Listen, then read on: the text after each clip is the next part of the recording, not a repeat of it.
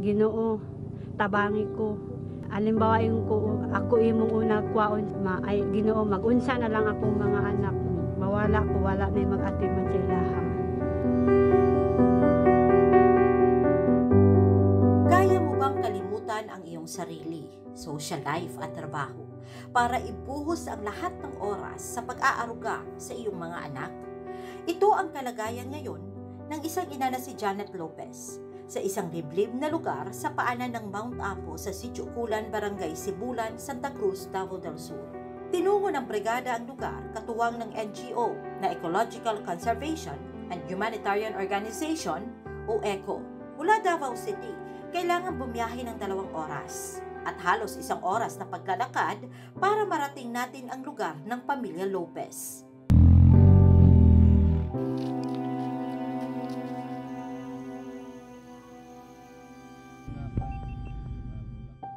Nadatnan natin ang barong-barong ng pamilya at si Janet na nag-aaruga sa 3 nitong mga anak na si Nagari 17, John Ray 13 at si Christian 10 taong gulang. Sir, diri na lang ko sa balay, di na ko makasuri-suri, makalaag.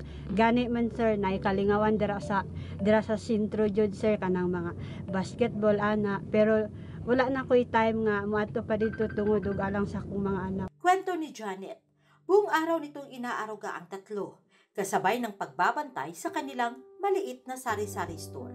Before dili sila mo bangon, mo trabaho na ko sa akong trabahoon. Halos gani sir nga kanang sige ko lihok-lihok sir, makahilak na ko sir kay ingon ko sa akong sarili nga murag kapoy naman niya, murag ako lang jud mo po ni sir nga wala jud mo tabang ko niya. Akong bana sir kay busy po siya sir. Normal umano nang ipinanganak ang 3, ngunit unti-unting gumuho ang kanilang pangangatawan, bumaluktot ang kanilang mga buto at pumayat na halos nasasaktan na kapag hinahawakan. Kaning sakit na manggod ni sila sir, kaning tiil nila kay dili na manggod ni maano sir, nanggahi na tapos nagnuka-nuka na ang diri nila sir. Naiinggit umano si Janet kapag nakakakita ito ng mga normal na bata at dumating din sa punto na kahit siya ay nag-aaral na rin para masabayan ito ang kanyang mga anak sa paaralan. Tapos pag dili na gud sila makalakaw sir, naghangyo ko sa maestra nga mag-module na lang sila. Tapos gitagaan pug kog module. Bali 4 mi nag-eskwela.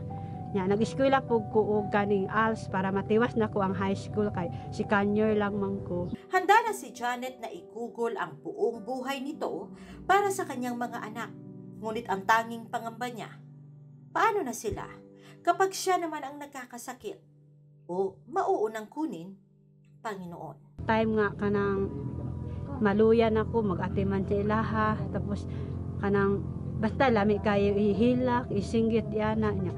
Ani tulo na lang ng akong luha, unta makalakaw sila niya.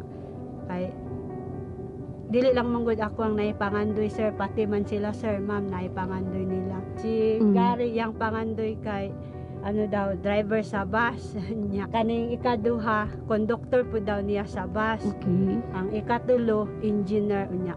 Siya day mutabang sa among paginahanglan sa balay, mutabang sa mua.